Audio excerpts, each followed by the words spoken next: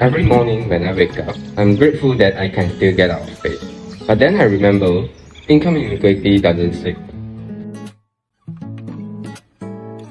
Did you know that between 1993 and 2022, the gap between the rich and the poor in the US has only grown higher? The top 1% of the US citizens have control about 35% of the country wealth, while the bottom 50%, they just have 2.5. That's a staggering difference. Today, we are diving into the issue of the income inequality in the United States, while we focus on the US. Because in 2022, the country Gini coefficient, a measure of income inequality, was 0.41, one of the highest among developed nations. On one side, you have billionaires like Elon Musk and Jeff Bezos, and on the other, over 37 million Americans living below the poverty line. As of 2003, the official poverty rate stood at 11.1%, meaning about 1 in 9 people struggle to get by. To put that into perspective, the federal poverty threshold for a family of 4 in 2024 is just 31,200. Two completely different worlds exist in the same country. That's why my group and I choose this topic as our Econometrics project. We believe it's crucial to uncover the factor driving this income inequality and understand its ripple effect on the society. Let's explore the data together and see what's really happening. Hey, do you know that we can actually see income inequality in our daily life? Look at this. People stepping out of rent store where a single handbag costs more than what some family earn in a month. Driving car that probably worth as much as a house. For some people, money seems endless and their lives are all about luxury. But just around the corner, there is a completely different reality. Someone is sitting on the sidewalk, struggling to find their next meal, hoping for a little kindness to survive another day. This is what income inequality looks like. It is not just about the amount of the salary, it's about life. Income inequality has been a persistent issue in the United States. Despite its strong economic development, the widening gap between the rich and poor raising serious concern about the fairness, access to the opportunity, and social mobility. Income inequality does not just affect the individual, it impacts the entire economy and society. Our objective is simple. We want to analyze the cause of the income inequality and understand its impact on society. We aim to identify key factors that contribute to growing gap between the rich and poor and explore the potential solution for a more equitable society.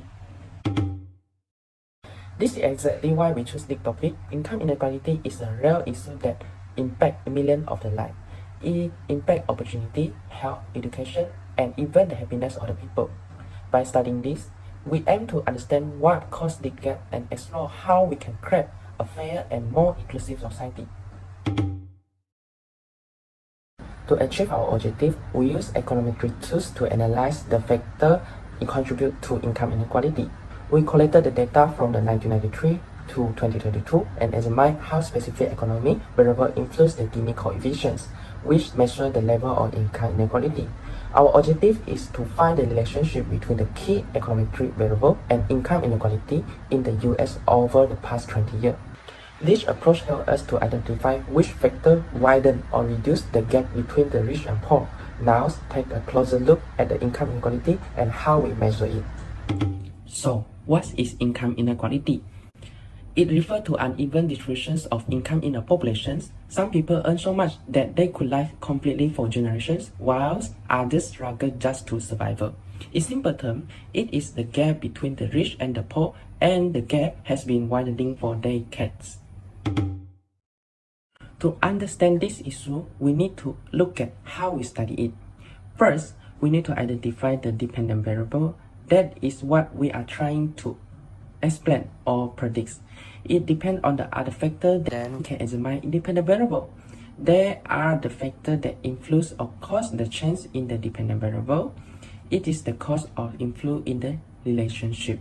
Do you know what influences income inequality? Let me show you now.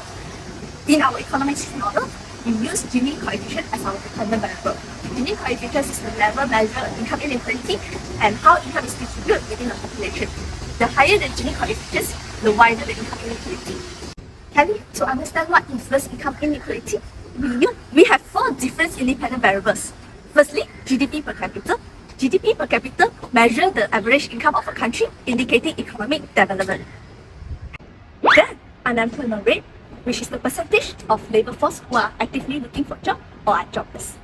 Then, inflation rate, the percentage of increase in price of goods and services, which reduce the purchasing power of money. Lastly, government expenditure, money that government spend on healthcare, education, and also welfare. Therefore, our goal is to analyze whether this variable is influence income inequality, whether it's widening or narrowing the gap. Alright, now that we have covered the basic, let's dive into the data to see how income inequality in United States has changed over the past 30 years from 1933 to 2022. We obtained the data from the World Bank, including the Gini coefficient, GDP per capita, unemployment rate, inflation rate, and government expenditure for 30 years. After gathering the data, we analyze it using EIA2013 to estimate the coefficient. Here, what we found. Okay, based on the estimated econometric model, a 1% increase of GDP per capita result in a 0.013334% increase in the Gini coefficient. A 1% increase in the unemployment rate result in a 0.0006% increase in the Gini coefficient. A 1% increase in government expenditure reduce the Gini coefficient by 0.0014%, and a 1% increase in the inflation rate reduce the Gini coefficient by 0.00007%. Next, we use the inverse semi-log model. We enter dependent variable Gini in linear form, but the independent variable GDP enter in log form.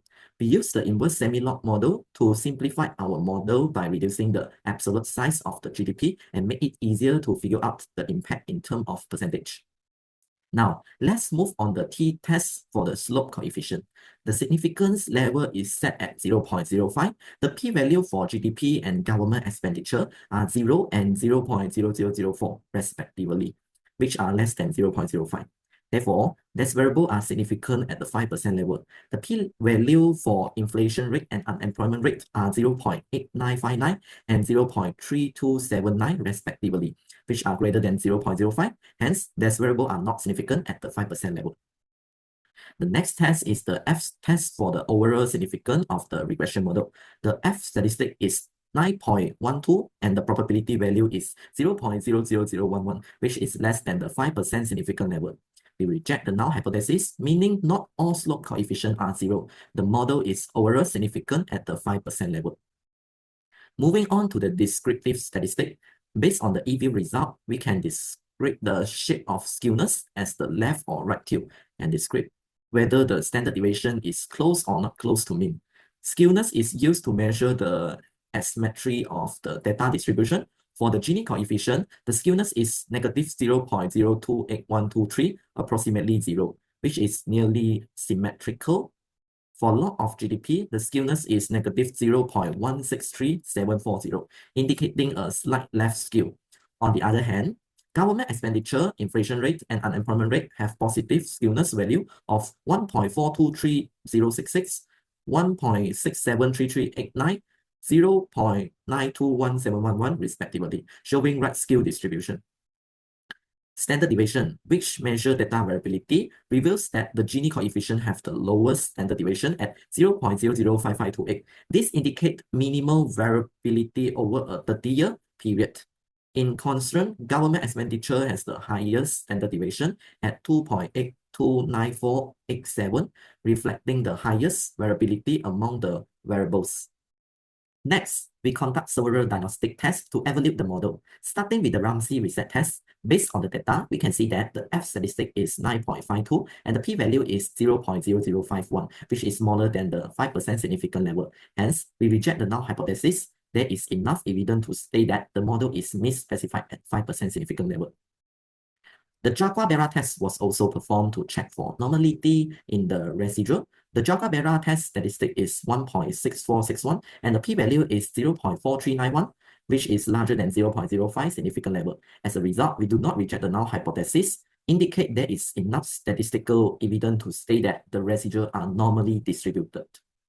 Next, the Darby-Watson test was used to examine autocorrelation in the regression model. The test statistic is 1.6899, which fall between the lower bound 1.143 and the upper bound 1.739. This result is inconclusive, emphasizing the need for future investigation into autocorrelation. So we will use the Bush-Godfrey serial correlation LM test. The test was conducted to detect highest order autocorrelation. The test statistic is 0.4215 and the p-value is 0.8100. Since the p-value is greater than 0.05, hence we do not reject the null hypothesis. There is insufficient evidence to state that there is higher order autocorrelation in the regression model.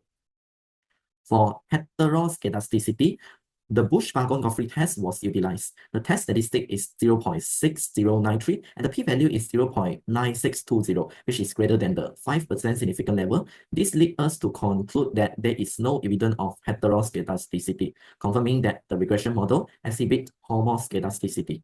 Last but not least, the VIF multi-collinearity test was performed to assess multi-collinearity among the variables. A VIF value are below 5, which is LN, a long GDP, same with 1.187254, government expenditure, same with 2.000378, inflation rate, same with 1.255450, and the unemployment rate, same with 2.124195. Hence, there is not rejection of the null hypothesis. As you can see, all variables below 5 indicating that a low possibility of multi-collinearity. In summary, this comprehensive analysis using EIA highlight the relationship and impact of various factors on income inequality in the United States over the past 30 years. Our regression model meets most of the classical econometric assumption. It is linear and the error term has a zero population mean. There is no autocorrelation or heteroscedasticity, and the variable do not have perfect multi-collinearity. The error term is also normally distributed. However, the Ramsey reset test show that the model is misspecified, meaning its structure could be improved. Overall, the model satisfied the main assumption except for this one issue. Now, we have analyzed the data and interpret the result. Let's dive into policy recommendation. Based on our finding, we need strategies that directly address the key factor contributing to income inequalities. The first independent variable, GDP per capita, reflects economic growth, but its benefits are not always evenly distributed. To tackle this, we recommend promoting inclusive economic growth, to supporting small and medium enterprises, and encourage investment that benefit low-income communities. Additionally, policies that ensure fair wages across industry will also ensure economic growth translates into better living standard for everyone, not just only the wealthy. So, let's talk about the next key factor, the unemployment rate. High unemployment rate can significantly drive income inequality. So what can we do about it? We suggest adopting active labour market policy to address this issue. For instance, investing in skill development program tailored to match current job market demand. Another great idea is to promote entrepreneurship so that we can create more job opportunities and stimulate economic growth. Furthermore, government could provide tax incentive and tax cut to encourage business to hire in high unemployment areas, and this could causing a win-win situation to the business and the job seeker. And don't forget about the unemployment benefits. This could provide the support to the individuals so that they could get back on their feet while transitioning to the new roles. Exactly. Now, let's talk about government expenditure. How the government spends its money can widen or reduce the gap. Our recommendation here is to increase government spending in areas like healthcare, education, and affordable housing. This sector directly performs the life of lower income families, which reduce the income inequality. Ensuring the transparency in how the funds are allocated will also be essential, making sure that the resources are distributed to people who need them the most. Well, let's look at another major player, the inflation rate. When inflation rise, it takes away the purchasing power of the low-income family, further widening the gap between the rich and the poor. So, the central bank should aim for a balanced monetary policy and maintaining a moderate inflation rate by carefully adjusting the interest rate. Furthermore, the government should also promote subsidies for the essential goods, provide subsidies for the essential goods like the healthcare service and the education service, ensuring the people can afford the basic necessities even when the price rise. Now, as we reach the end of our vlog, let's summarize the key determinant of income inequality in the United States. Based on our research, the primary factor is GDP per capita, followed by government expenditure, unemployment rate, and lastly, inflation rate. In conclusion, if income inequality continues to rise, it can slow down economic growth, undermine social stabilization, and increase political polarization.